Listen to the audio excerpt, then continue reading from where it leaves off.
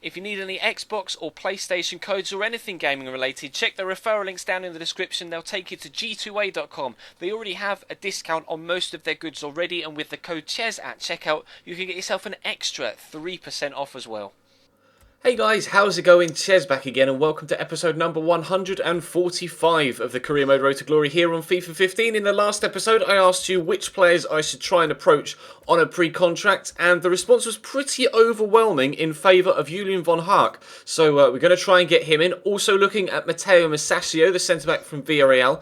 29 years of age, 84 rated overall, only on 70 grand a week. Obviously, as you can see, I've offered each player £10,000 under what they're initially asking for, just to see if I can get them a little bit cheaper, so that we might have a little bit extra money to try and bring in another player if possible. But before we get to go any further with the transfer news, we have a game in the FA Cup. We're playing Northampton at home.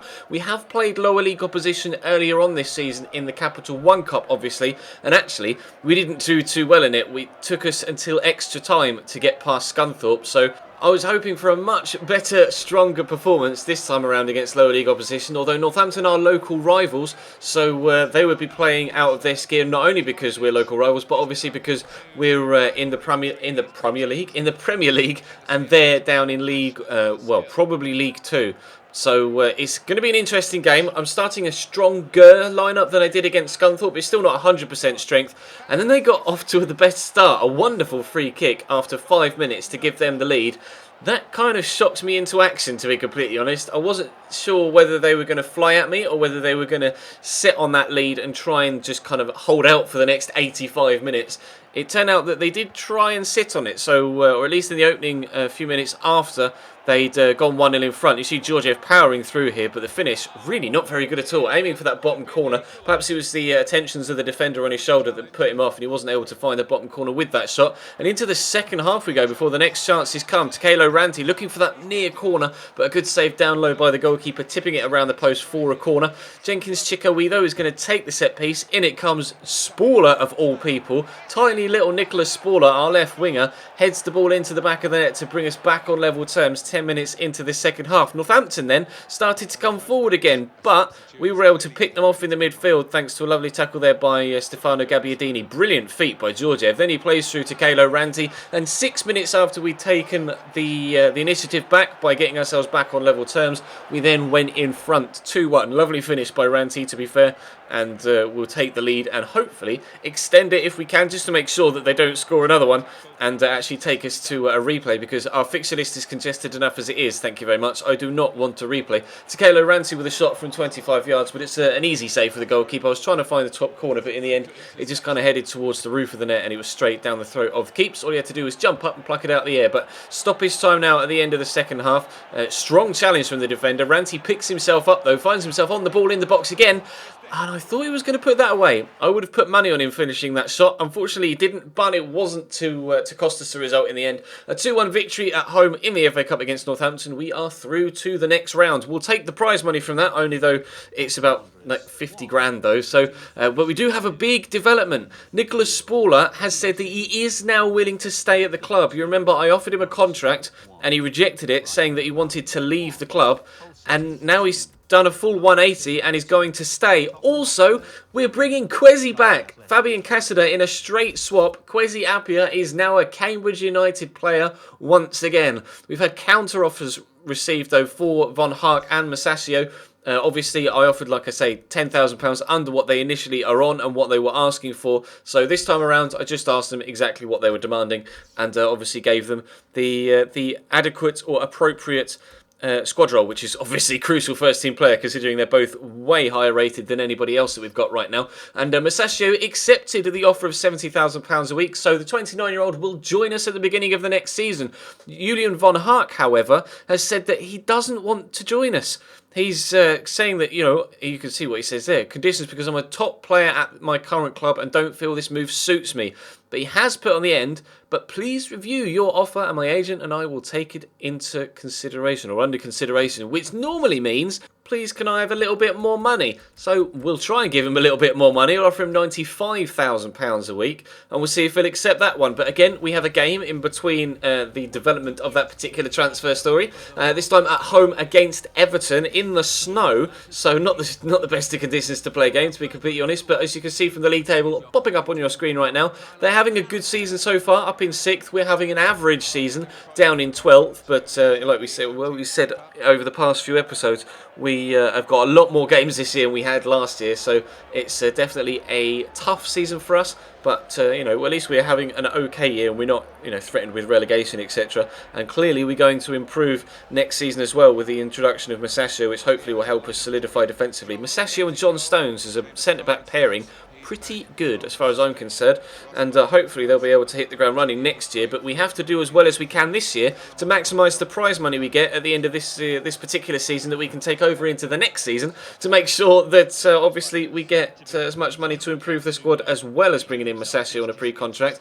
And hopefully we can have a better year next year than we have done this year in the BPL. We're actually going to get off to a poor start here. 10 minutes in, they take the lead, a little bit fortuitous the way that the ball dropped back to Salomon Rondon there off the post, but he's always plays very well against me, Salomon Rondon, for Everton. He's kind of like Lukaku at Arsenal. Whenever we play Arsenal and Lukaku plays, he scores against me. Whenever we play Everton and they start Salomon Rondon up top, he always scores against me, and he's done so again there. Good save down low there by Joel Robles, though, to push that one around the post, but we will have the corner. Nicholas Spauller scored a header in the first game. He's going to take the corner this time around, and it comes, and the other tiny player in the box, Jenkins Chico, he wins a header this time. So our two smallest players on the pitch in both games have scored headers from corners. It's crazy, really, because they don't normally even challenge for headers anywhere else on the pitch, but somehow both were able to get headers on target and into the back of the net. So we're now back at 1-1. We're still only in the 20th minute, so you can see good save again by Hutchinson. This time the defender was able to get there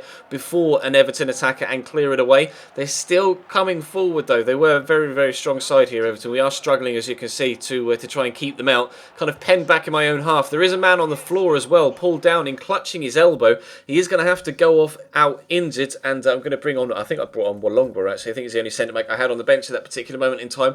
But it's an awkward fall for him. You'll see from the replay, it just kind of falls on top of Dominguez and then just kind of awkwardly rolls off him and then just lies down on the ground in the snow. And we'll find out at the end of the game how long he's going to be out for and what sort of injury that is. Actually, we were going to pick up another injury in the game as well to Juan Andres Aguilar in the centre of midfield. I don't actually show you that, but just letting you know that it happened. But Hutchinson makes another good save there in the 56th minute to deflect that ball over the top of the bar. We stay at 1-1. Now we're in stoppage time at the end of the second half. We came really close to a goal in the last game to make it 3-1 at this particular moment of time in the pitch, in the game, and unfortunately Joel Robles was on hand to make a good save, despite the fact that Georgiev turned his side really nicely. So we get a 1-1 draw in the league. Jenkins Chicoe with the equaliser after Salomon Rondon had put them 1-0 in front. So we'll take a 1-1 scoreline against a side like Everton, but as you can see, confirmation of the two injuries.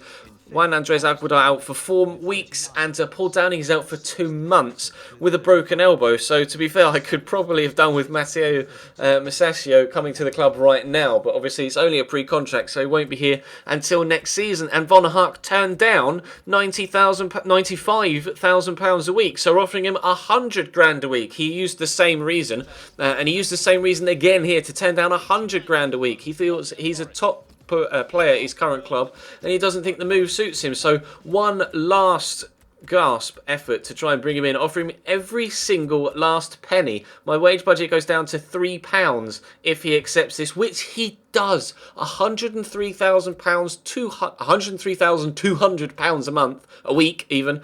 And Julian Von Hark will be joining us at the end of the season into season 7. And, well, we couldn't have asked for two better pre-contract players, really, could we? An 86 rated central midfielder and an 84 rated centre-back. Incredible signings as far as I'm concerned for us here. Couldn't be happier with those. Hopefully we can finish the season stronger than we've had in the first half. As you can see, 5 wins, 10 draws, 7 defeats. Aston Villa, though, have drawn 12, and West Brom have drawn 11. Man United have drawn 10 as well. So it's not out of sorts for us to be drawing so many games. It's just annoying that we are. But we do have a game in hand, and if we win that game in hand, we can actually jump 3 places up to 10th because of goal difference. So I'm hoping that we can do that, but I think my game in hand is against Chelsea, so it might not be as easy as we may have first thought. But for now, we seem comfortable where we are in the league. 25 points, 5 points above the relegation zone. I'm not really too worried about getting relegated. We're definitely not going to qualify for Europe this season. It's just a case of maximising our league finish to just get as much money as possible to improve over the summer transfer window next year. So that's going to bring this episode to a close though, guys. Thank you very much for watching. Drop the video a like if you enjoyed. Subscribe, of course, if you haven't already. There will have been a Chelsea Career Mode episode uploaded earlier on this afternoon as well, so definitely check that out if you missed it. And of course, I will be streaming over on twitch.tv/Chesnoid Gaming later on tonight, so there'll be a link in the description to that. And of course, feel free to follow me on Twitter as well, and Instagram and Facebook, etc. All links are down below, as well as a link to my sponsor G2A. If you need yourself any Xbox or PlayStation codes or any sort of PC games, etc., with a discount code as well. But that is all for now. Thank you very much for watching, guys, and I'll see you next time.